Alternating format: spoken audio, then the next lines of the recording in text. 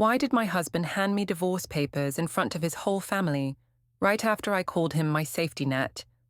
How did I go from being the fun wife to the woman everyone stared at like a warning sign? What did he quietly collect for months that made his calm smile feel like a final door closing? My name is Ismene Caldwell, and I used to think I was a smart woman with a smart plan. I worked at a dental clinic, and I knew how to keep things moving. I could calm angry patients, fix schedule problems, and make my boss feel like I was needed. At home, I wanted that same feeling. I wanted to feel chosen every day, not just kept. Ethan was my husband. He was steady. He paid bills on time. He fixed small things without asking for praise. He never screamed. He never broke things. People said I was lucky. I heard them, but it did not land in my chest. I told myself luck is not love. I told myself comfort is not joy. I told myself that if I stayed with a man who felt safe, I had the right to look for something bigger. That was my first trick. I made my wants sound like needs. It started on a normal weekday in our kitchen with the morning light flat on the counter. The kids were noisy. Maya wanted her cereal in the blue bowl, not the green one. Noah wanted to wear his shoes on the wrong feet. Ethan moved around like a quiet helper, making lunches and checking the weather. I stood near the sink and watched him, and instead of gratitude, I felt annoyed. He looked too calm. He looked like a man who believed the day would work out. Ethan asked if I could be home early because Maya had a school thing. I said I would try. That was true in the way I liked truth. Try meant nothing. It meant I could fail and still act innocent. My phone buzzed on the counter. I turned its screen down fast. Ethan saw it anyway. He asked who was texting so early. I said it was clinic group chat. I made my face bored, like the question was silly. He nodded once, but his eyes stayed on the phone longer than normal. I told myself he was being suspicious. I told myself it was unfair. I did not tell myself I was hiding something. I did not use the word hiding. I used the word privacy. At work, I had a new habit. I took my breaks outside, even when it was cold. I said the air helped my head. It did help because it made space for my other life to breathe. That other life was mostly messages at first. The man's name was Grant Hollis. He did not belong to my world. He was not a parent at my kid's school. He was not a friend's husband. He was not a neighbor. He was someone I met through a coworker's friend at a local networking night. I told Ethan it was a career thing. I said the clinic encouraged us to connect. Ethan had looked proud when I said it. He had said it sounded good. That pride made it easier. Grant wrote in a way that made me feel bright. He asked what I wanted, not what the kids needed. He told me I had star quality. He said I could do better than routine. I laughed at my phone and then acted like it was nothing. I told myself I was only enjoying words. I told myself words were not real. That night, Ethan cooked pasta. It was simple and good, the kind of food you eat when you want the week to feel normal. While he stirred the sauce, he asked about my day. I said it was stressful. I said patients were rude. I said my boss was demanding. Ethan listened and offered to handle bedtime so I could rest. He asked what else he could do. That question should have made me softer. It did not. It made me angry because it made him sound like my employee, not my husband. I wanted him to lead, but I also wanted him to chase. I wanted both. I wanted the power and the comfort at the same time. After dinner, Ethan went upstairs with the kids. I stayed in the kitchen and checked my phone again. Grant had sent a short message about meeting for coffee later in the week. He added a joke about how I deserved better than a life of schedules. I smiled, then I felt a small sting of guilt. To cover that sting, I turned it into blame. I told myself Ethan caused this. I told myself if Ethan was more exciting, I would not need a coffee with anyone. When Ethan came back downstairs, he asked why I looked happy. I said I was thinking about a funny thing Maya said. He smiled, but he did not look fully convinced. He walked to the fridge and stood there longer than needed.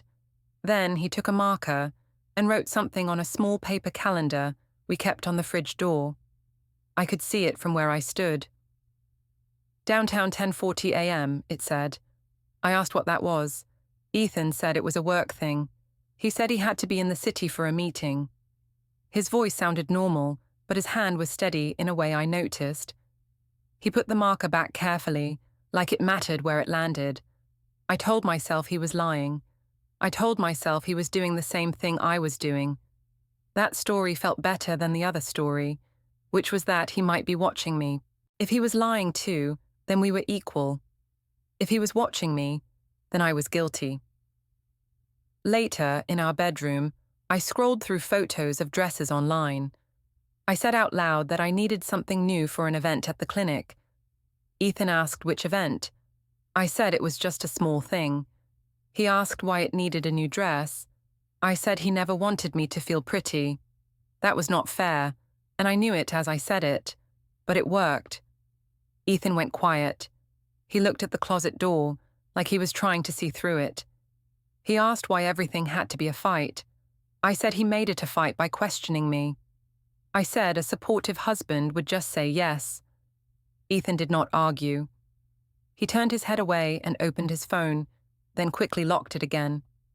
I noticed a missed call on his screen, but there was no name, just a number and no caller ID. I felt a flash of fear, not because I cared who called him, but because it felt like the world was moving without me knowing. I did not like that. The next day, Denise, my mother, called me while I was in the clinic storage room. She asked how married life was going. I said Ethan was acting insecure.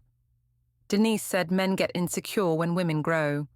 She said I should not shrink to make a man feel tall. I liked that sentence. It made me feel right. It made me feel like my hunger was a kind of courage. Cara, my sister, sent me a meme about upgrading.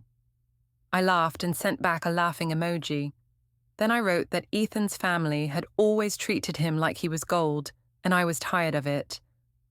Cara replied that I should remind them who the real prize was. That idea took root in me fast.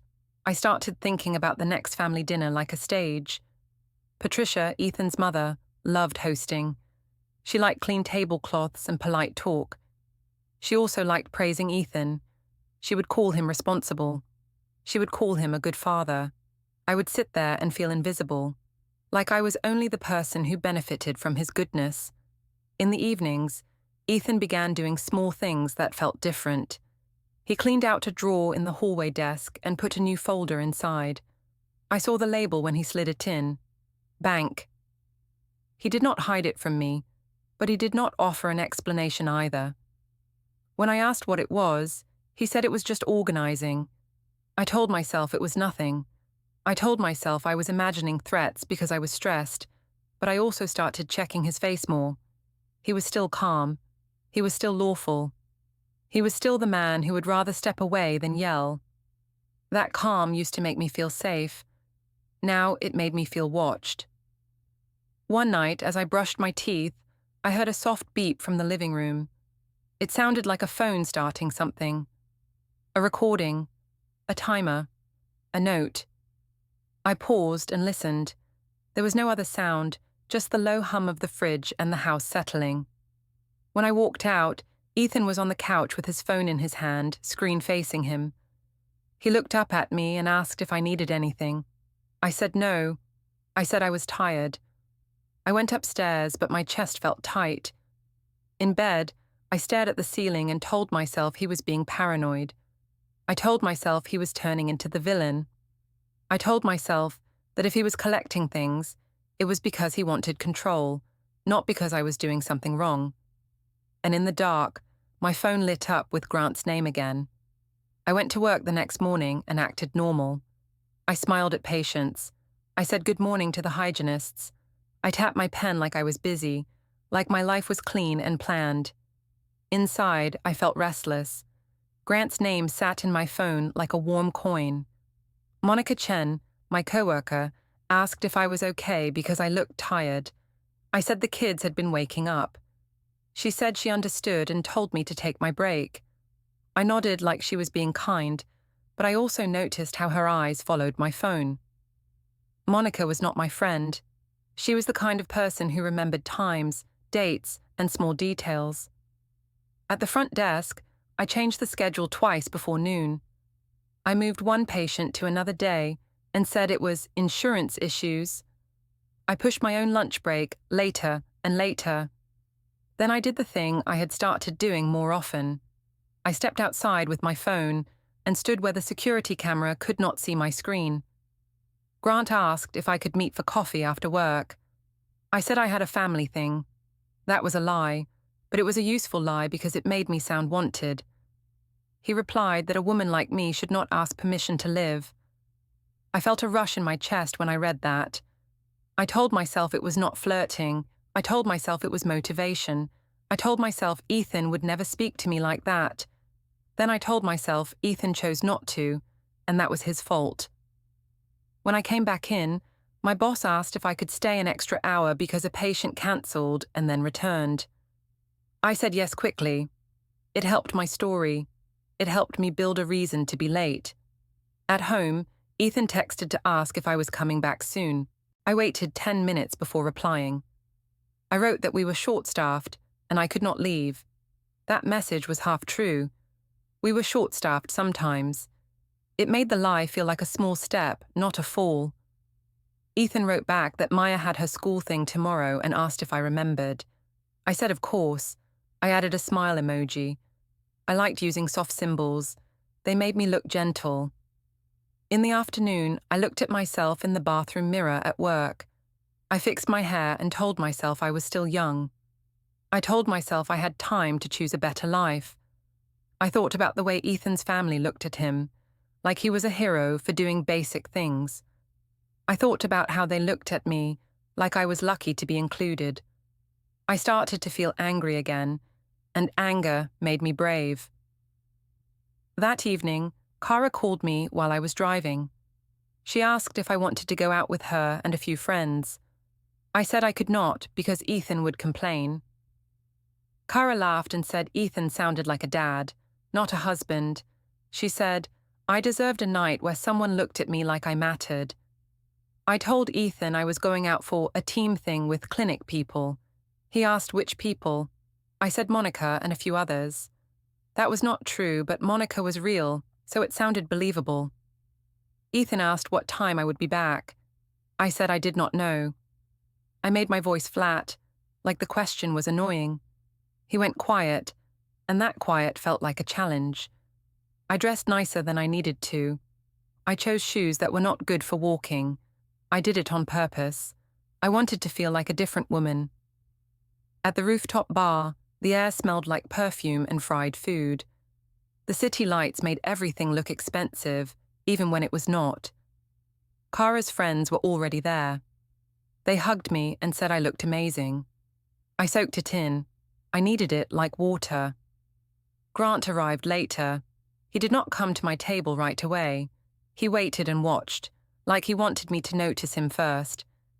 When he finally walked over, Cara's eyes widened. She asked who he was. I said he was a friend from networking. I said it in the cleanest voice I could find. Grant asked if I wanted to get a drink with him at the bar. I said yes fast.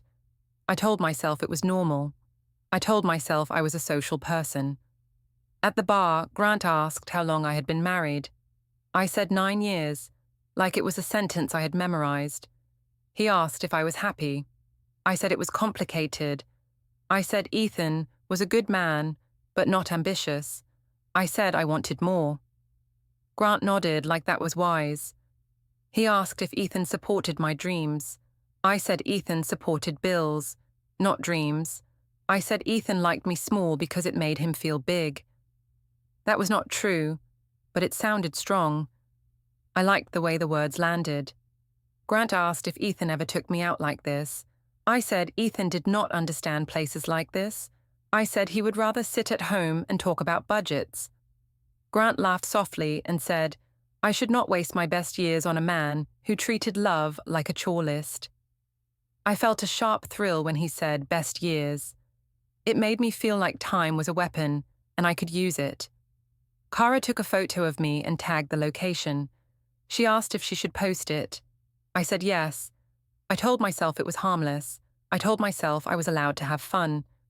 Later, when my phone buzzed, I saw Ethan's name. I did not answer. I let it ring.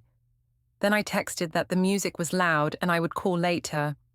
I was not sorry. I felt powerful because I had a husband waiting at home while I sat under city lights. When I finally got home, it was late. The house was quiet. The kids were asleep. Ethan was in the living room, sitting on the couch with the TV off. He looked up at me, and his face was calm, but his eyes were tired. He asked if I had a good time. I said yes. He asked if Monica was there. I said yes again, too fast. He asked why my photo was tagged at a rooftop bar if it was a team thing. I said the team chose the place. I said he was acting jealous. I said it was embarrassing for him to be like that. Ethan asked why I could not just tell him the truth. I said I did not owe him a report. I said he was trying to control me. I watched his mouth tighten. He did not shout. He did not accuse me of anything big. That almost made me madder. He asked if we could talk about money because things felt tight lately. I said he was making problems to punish me for going out. I said if he made more, we would not need to talk about money. Ethan stared at the floor for a long moment, like he was counting something in his head. I went upstairs and left him there. In the bedroom, I saw something that made my stomach shift. Ethan's laptop was on the desk, open just a little, like someone had closed it in a hurry. The screen was dark, but I could see a corner of a spreadsheet grid still glowing faintly. When I moved closer, the laptop went fully asleep. I stood there and listened. Downstairs, Ethan walked to the hallway and I heard the printer start. It made that mechanical sound, slow and steady. Then it stopped. A few seconds later, I heard him pick something up. I waited, then went to the top of the stairs. Ethan was at the printer, holding one page. He looked at it, then folded it once and put it in the trash. When he turned, he saw me. He asked if I needed something. I said I was just getting water. He nodded and walked past me without touching me. His shoulder did not brush mine. It was a small distance, but it felt like a wall. In the kitchen, 2 mugs sat on the counter, not close together. One was clean and one was drying. Ethan did not offer to make tea like he usually did. He did not ask again about my night. He just went toward the guest room and closed the door. I stood there and told myself he was being dramatic. I told myself he wanted me to feel guilty, and I would not give him that win. I still think I was right to want more, but my hands were shaking anyway. When my phone lit up again, it was not Ethan. It was Grant asking if I got home safe and saying he loved my smile in the photo. I stared at the message for a long time, then typed back a simple yes. The family dinner came fast. Patricia texted in the morning and said she wanted everyone together because it had been a busy season. She wrote that she missed the kids and wanted a nice, calm night. I read the word calm and felt almost offended.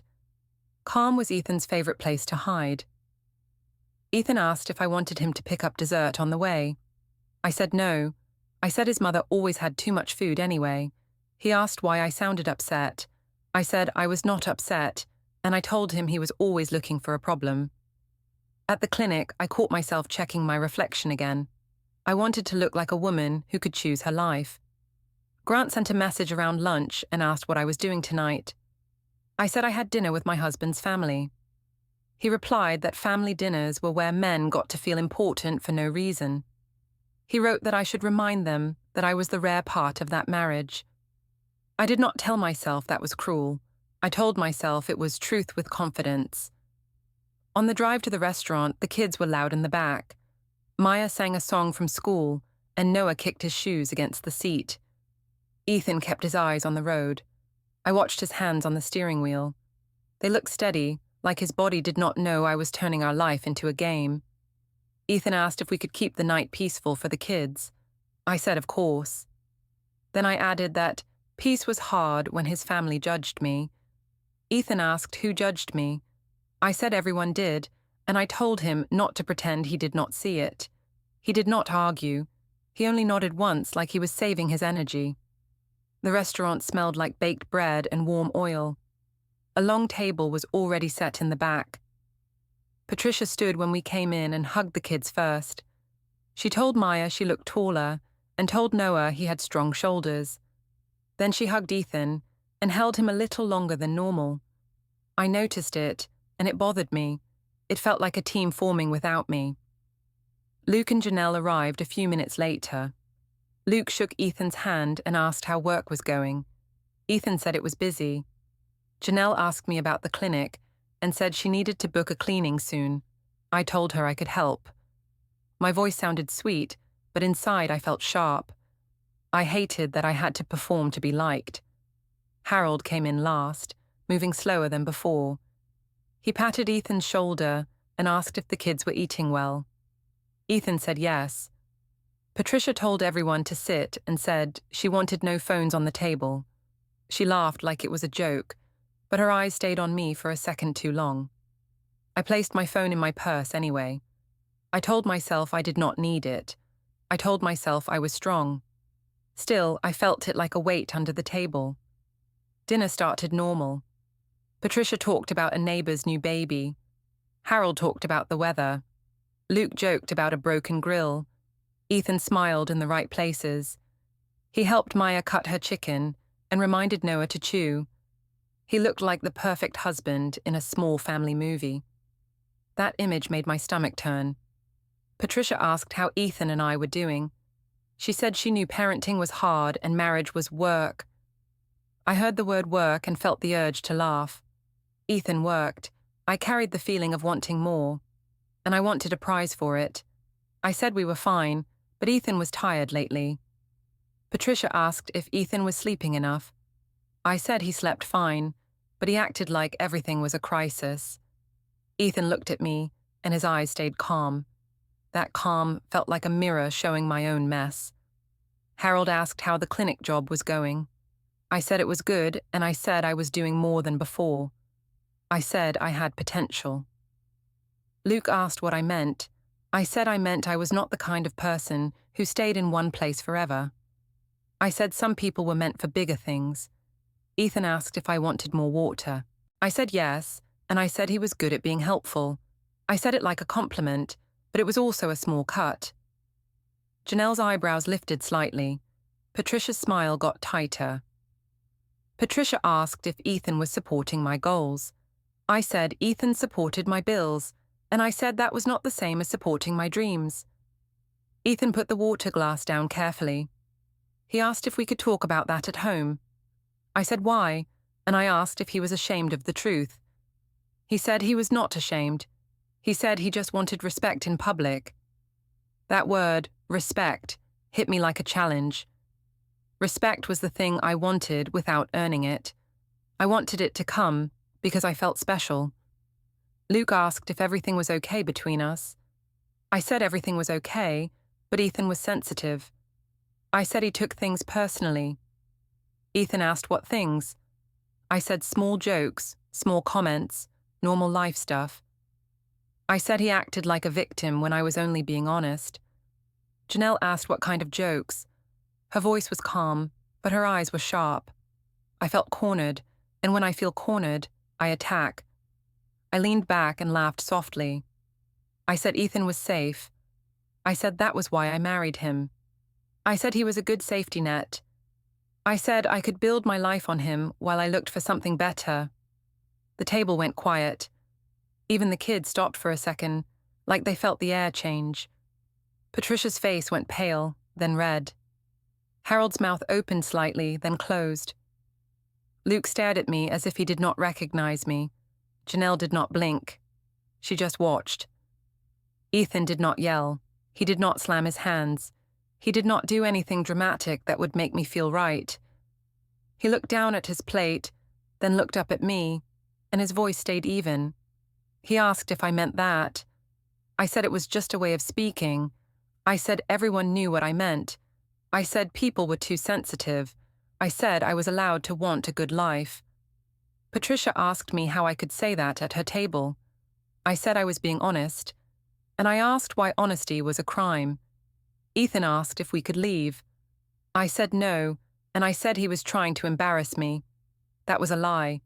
I was the one embarrassing him, but I could not admit it. Ethan stood anyway. He told Maya to put on her coat. He told Noah to hold his hand. Patricia asked Ethan to sit back down. Ethan said he needed air. Luke started to speak, but Harold lifted a hand slightly, like a quiet stop sign. Ethan paid the bill at the front without a scene. That fact made my chest burn. If he had refused to pay, I could have called him cheap. If he had argued, I could have called him abusive. But he did neither. In the parking lot, the cold hit my face. I followed him and asked why he was acting like I ruined the night.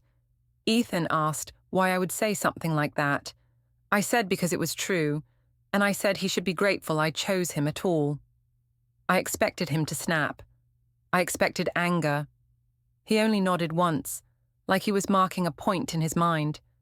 He opened the car door for the kids first. Then I saw him take something small from his jacket pocket. It looked like a USB stick with a white label. He held it for a second, then slid it back into his pocket. I asked what that was. He said it was nothing important. His voice stayed calm, but he did not look at me when he said it. Then he drove us home in silence, and the silence felt louder than my words. The next morning, Ethan did not speak much. He packed the kids' lunches like usual, but he moved like a man counting steps. When I tried to start a normal conversation, he answered with short words. He did not argue about the dinner. He did not tell me I was wrong. That silence felt like he was punishing me, so I told myself I had to push back. I said he was acting cold on purpose. He asked what I wanted him to say. I said I wanted him to stop playing victim. He looked at me for a moment, then looked away. He told Maya to put her backpack by the door. He told Noah to find his hat. He did not raise his voice. That afternoon, I went to the playground after work because I wanted to look like a present mother. I wanted the world to see me as stable. I also wanted Ethan to see me doing my part so he could not accuse me of anything. He drove us there, even though I did not ask him to. He parked, unbuckled Noah, and carried him to the swings without a comment. Maya climbed the ladder to the slide and then came back to sit near me on the bench. She asked why Dad slept in the guest room now. I said he just liked quiet. She asked if Dad was mad at me. I said no, and I said Dad got worried too easily. She asked if we were still a family. I said yes, like I was sure. My voice sounded strong, but my hands were cold. Ethan stood a few steps away and pushed Noah on the swing. Noah laughed and kicked his legs. Ethan smiled at him, small and real. He looked like a good father, and it made me feel both proud and annoyed. I wanted to be the center. I wanted the kids to run to me first. Instead, they kept watching Ethan like he was the stable point. Ethan came over and asked if I could pick up Maya from school the next day. I said I had a late shift. He asked if the clinic truly needed me late. I said yes. I told him he was questioning me again. I said he was trying to control my time. He said he was only asking for planning. I told him planning was his obsession, not mine. He did not argue. He nodded once and said he would handle it. Then he opened his phone and typed something with slow thumbs. I leaned to look, but he turned the screen away without drama. That small movement felt like a locked door. On the way home, I sat in the passenger seat and scrolled through my phone in my lap. Grant had sent a message asking if I was free later in the week. He said he knew a co-working cafe that looked like success. I wrote back that I would see. I told myself it was networking. I told myself coffee was harmless. At home, I noticed the guest bed was made too neatly, like someone wanted it to look untouched. Ethan's pillow was on it. His phone charger was on the side table. On the dresser, I saw a sticky note that said, "Bring forms." It was in Ethan's handwriting. I asked what forms. Ethan said it was just work paperwork. He said he had to update some things. That answer should have calmed me, but it did not. I started watching for signs, like a person who suddenly realized the floor might move. The next day, I went to the supermarket after work. The kids were with Ethan, and I liked that because it gave me a clean hour to breathe. I walked the aisles and put expensive snacks in my cart. I did it on purpose. I wanted to feel like money was not a problem. I wanted to feel like I could reach higher. At the checkout, my card declined once. The screen beeped, and the cashier's face changed. I felt heat rise into my cheeks. I tried again, and it worked on the second try. I laughed like it was a silly machine issue. I left fast and carried the bags to my car, like the plastic handles were cutting into me on purpose. When I got home, I asked Ethan if he changed something with the bank. I asked it like a joke, but my voice was sharp. Ethan said he did not change anything without telling me. He asked why I was upset. I said the card declined and it was humiliating. Ethan said sometimes systems had errors. He said we could check later. Then I saw it again, the folder in the hallway desk. It sat inside the drawer like it belonged there. The label was clear, bank. Next to it was another folder I had not noticed before. It said household. I asked why he was making folders. Ethan said he wanted to organize things. He said we had been messy with paperwork. I said he was acting like we were strangers. He asked why I kept turning everything into a fight. I said he started it by freezing me out after dinner. He said he was not freezing me out. He said he was choosing calm. That word, calm, made me angry again. Calm felt like control. I wanted noise because noise made me feel like I could still move the room. 2 days later, I told Ethan I had to run an errand after work. He asked what errand. I said the pharmacy. He offered to go instead. I said no. I said I needed time alone. He asked if everything was okay. I said yes, but I said he had to stop acting like my father. I drove to a parking garage near an office tower. I told myself it was just a quick chat with Grant, nothing serious. Grant was already there, leaning on his car, dressed like someone who wanted attention. He asked how my week was going. I said my husband was being difficult. I said Ethan wanted me small and quiet. Grant said I deserved better. He said I should not waste time on a man who only offered safety. I liked that he used the word safety, like it was a cheap thing. I told myself it meant I was right all along. Grant asked if Ethan knew about us. I said there was no us. I said we were only friends. Grant smiled like he did not believe me. He asked if I wanted to meet again soon. I said yes, but I said it had to stay private because Ethan was sensitive. That made Grant laugh. I pretended it was funny too. When I got back to my car, I noticed a small dash cam light near the windshield. I did not remember it being there before. Maybe it always was. Maybe it was new. My stomach tightened. I checked my mirror and tried to calm my breathing. I told myself dash cams were normal. I told myself Ethan was an IT guy and liked gadgets. I told myself it had nothing to do with me. That night, Ethan made dinner and served the kids first. He did not ask me where I had been. He did not demand my phone. He only asked if I could be home for bedtime tomorrow because Noah had been clingy. I said I would try. He nodded like he had already expected that answer. After the kids went to sleep, Ethan sat at the table with his laptop open. I walked past and saw a clean file tree on the screen for a second, with folders that looked too neat. Archive A and Archive B.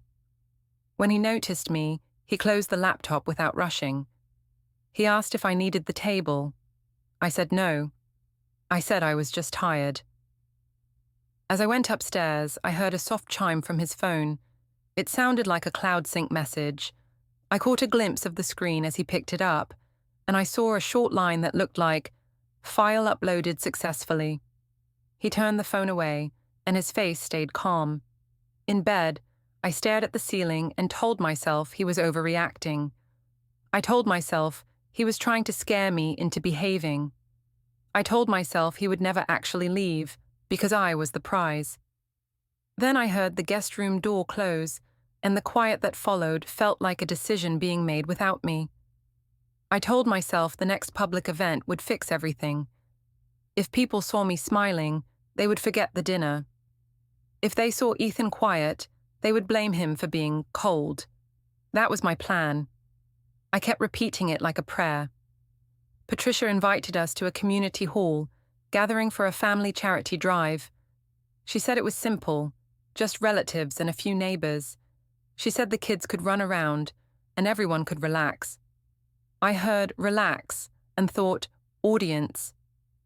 Ethan did not argue about going. He only asked what time it started. I said he sounded like a calendar, not a husband. He asked why I needed to insult him before we even left. I said it was not an insult, and I said he was too sensitive again. On the drive there, Maya sat behind me and played with the strap of her bag. Noah held a small toy car and pushed it along his knee. Ethan kept both hands on the wheel. He asked if we could keep things respectful tonight. I said respect should not mean silence. He asked what I meant. I said he knew what I meant, and I said he was pretending. At the hall, strings of cheap lights hung across the ceiling. The smell of coffee and warm pastries filled the air. People stood in small circles, talking in soft voices. Patricia moved around with a clipboard, smiling too hard. When she saw us, she kissed the kids, and then looked at me like she was checking a bruise. She asked if I was feeling okay. I said I was great, and I said the fresh air helped. She asked how work was going. I said I was busy and valued, and I said the clinic would fall apart without me. Ethan stood beside me and did not add anything. That annoyed me. I wanted him to look impressed. I wanted him to clap for me. Luke walked over with Janelle. Luke asked Ethan if he needed help with the donation boxes. Ethan said yes and picked up a stack without complaint. Luke took the other side. They moved together like a practiced team. Janelle stayed behind and watched me for a second too long. Cara arrived late, loud as always. She hugged me and said she loved my outfit. She asked where Ethan was. I nodded toward the boxes and said he was doing his usual hero act. Cara laughed. I expected other people to laugh too. They did not. A neighbor woman only smiled politely and turned away. Patricia's mouth tightened. Janelle's face stayed still, like she was saving my words in her head. I felt heat rise in my chest. I told myself they were judging me because they were old-fashioned. I told myself they could not handle a woman speaking her mind. I walked toward the refreshment table, where a few women were talking. I joined their circle and let my voice rise slightly. I said Ethan had been distant lately. I said he was acting like a victim because I wanted more out of life. One woman asked what I meant by more. I said I meant growth. I said I meant not staying stuck. She asked if Ethan supported that. I said Ethan liked rules, not dreams. I said he treated love like a list. I said it was lonely to live with a man who only showed care through chores. Janelle stepped closer. She asked what Ethan did that was so terrible. Her voice was calm, but it sounded like a question in court. I laughed and said she was being dramatic. I said Ethan was not terrible, just weak. I said he hid behind calm because he could not handle real feelings. I watched for reactions. I waited for someone to agree. Instead, the circle went quiet again, like a slow door closing. Across the room, Ethan knelt beside Noah, helping him line up small toy cars on the floor. Maya hovered near Ethan and touched his sleeve, like she needed to confirm he was there. That small touch hit me in a tender place I did not want to feel. I told myself the kids were only doing that because Ethan was acting like a martyr. Patricia walked over and asked if we could speak privately for a moment.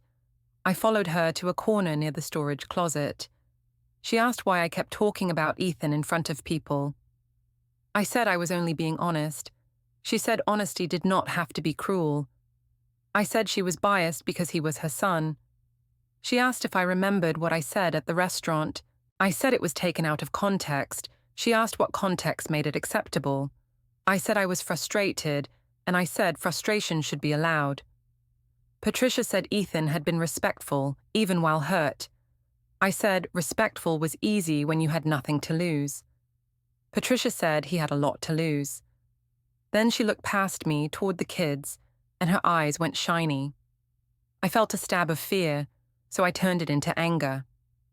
I told Patricia she should talk to Ethan about being distant.